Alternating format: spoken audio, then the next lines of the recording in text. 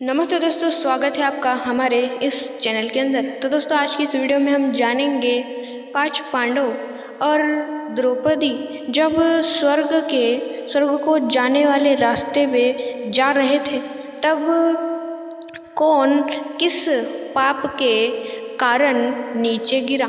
तो यही जानेंगे आज की इस वीडियो में कि दोस्तों 5 पांडव और द्रौपदी जब स्वर्ग जा रहे थे, तब कौन किस पाप के कारण नीचे गिरा, और दोस्तों बाद में क्या हुआ, सारी चीज़ें हम आज के इस वीडियो में जानेंगे। और दोस्तों ये भी जानेंगे कि दोस्तों इस आपको जो इन्होंने पाप किया है वो आप अपने जीवन में ना करें, इस प्रकार हमें समझ में भी आएगा। तो चलिए शुरू करते हैं आज की इस कथा को।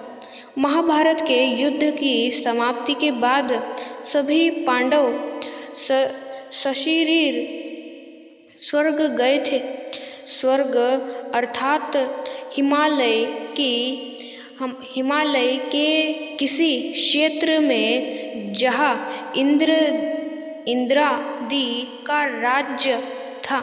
पांचों पांडव अपना राज्यपाट परीक्षित को सौंपकर जब स्वर्ग की कठिन यात्रा कर रहे थे, तब इस यात्रा में द्रौपदी भी उनके साथ गई थी। सभी चाहते थे कि हम सशरीर स्वर्ग पहुँचे, परंतु रास्ते में कुछ ऐसा घटा कि एक एक करके पांडव नीचे गिरकर मृत्यु को प्राप्त हो गए।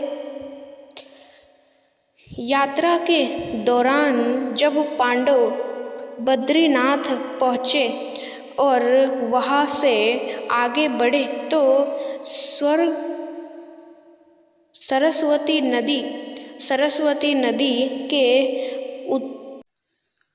उद्गम स्थल पर नदी को पार करना द्रौपदी के लिए कष्टकर हो गया था।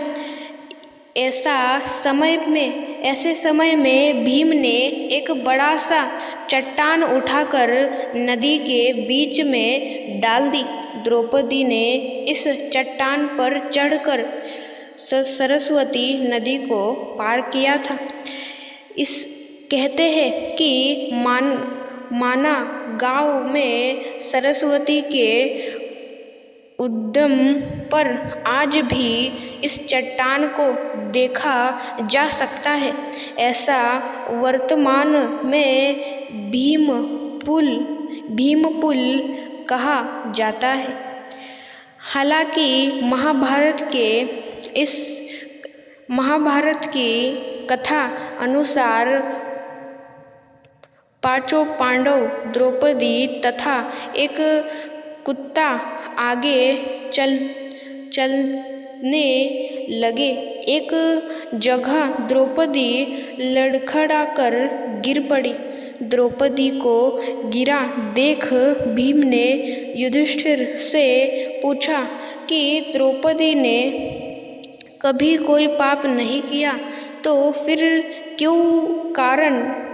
क्या कारण है कि वह नीचे गिर पड़ी। युधिष्ठिर ने कहा, द्रौपदी हम सभी में अर्जुन को अधिक प्रेम करती थी, इसलिए उसके साथ ऐसा हुआ। ऐसा कहकर युधिष्ठिर द्रौपदी को देखे बिना ही आगे बढ़े। जनश्रुति के अनुसार स्वर्ग यात्रा के दौरान द्रौपदी भीम का सहारा लेकर चलने लगी, लेकिन द्रौपदी भी ज़्यादा दूर नहीं चल पाई और वहाँ भी गिरने लगी। ऐसे समय में भीम ने द्रौपदी को संभाला।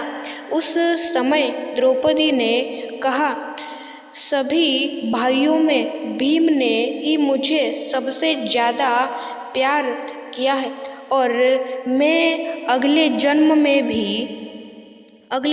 में फिर से भीम की पत्नी बनना चाहूँगी।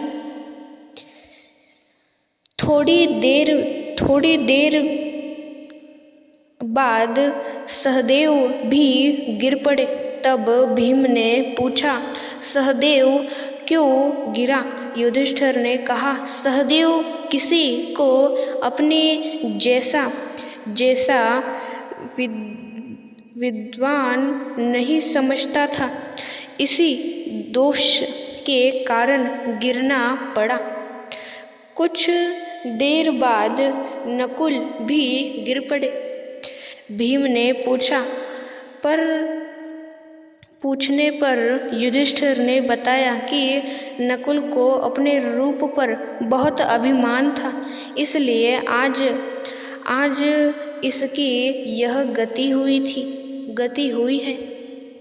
थोड़ी देर बाद अर्जुन भी गिर पड़े। युधिष्ठिर ने भीम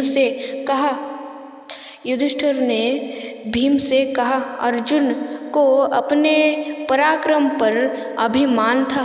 अर्जुन ने कहा था कि मैं एक ही दिन में शत्रुओं का नाश कर दूंगा, लेकिन ऐसा कर नहीं पाए।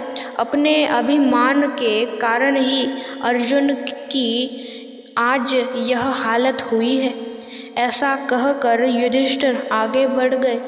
थोड़ी आगे चलने पर भीम भी गिर गए। तब भीम ने गिरते वक्त युधिष्ठिर से इसका कारण पूछा, तो उन्होंने बताया कि तुम खाते बहुत थे और अपने बल का झूठा प्रदर्शन करते थे, इसलिए तुम्हें आज भूमि पर गिरना पड़ा। यह कहकर युधिष्ठिर आगे चल दिए। केवल वह कुत्ता ही उनके साथ चला रहा। युधिष्ठिर कुछ ही देर चले थे कि उन्हें स्वर्ग ले जाने के लिए स्वयं देवराज इंद्र अपना रथ लेकर आ गए। तब युधिष्ठिर ने इंद्र से कहा, मेरे भाई और द्रौपदी मार्ग में ही गिर पड़े हैं, वो भी हमारे साथ चले, ऐसा व्यवस्था कीजिए। तब इंद्र ने कहा कि वे सभी शरीर त्याग कर पहले ही स्वर्ग पहुंच चुके हैं, लेकिन आप शरीर स्वर्ग में जाएंगे। इंद्र की बात सुनकर युधिष्ठिर ने कहा कि यह कुत्ता भी मेरे साथ जाएगा, लेकिन इंद्र ने ऐसा करने से मना कर दिया। काफ़ी देर समझाने पर भी जब युधिष्ठिर बिना कुत्ते के स्वर्ग जाने के लिए नहीं माने, तो कुत्ते के रूप में यमराज अपने वास्तविक रूप में प्रकट हो गए। युधिष्ठिर के अपने धर्म में स्थित देखकर यमराज खुश हुए। इसके बाद इंद्र और युधिष्ठिर रथ में बैठकर स्वर्ग की ओर निकल पड़े। तो दोस्तों, इस प्रकार की थी आज की हमारी कथा, जिसमें हमने जाना कि दोस्तों स्वर्ग की यात्रा करते हुए पांचों पांडव और द्रौपदी जा रहे थे। तो पांचों पांडव और द्रौपदी किस कारण वो नीचे गिरे, और दोस्तों वह कारण हमने जान लिया है। तो दोस्तों, इन कारणों को इन पापों को अपने जीवन में हमेशा याद रखें और कभी भी अपने जीवन में इन पापों को ना करें, यह ध्यान रखें, और दोस्तों अपने जीवन को सफल बनाएं।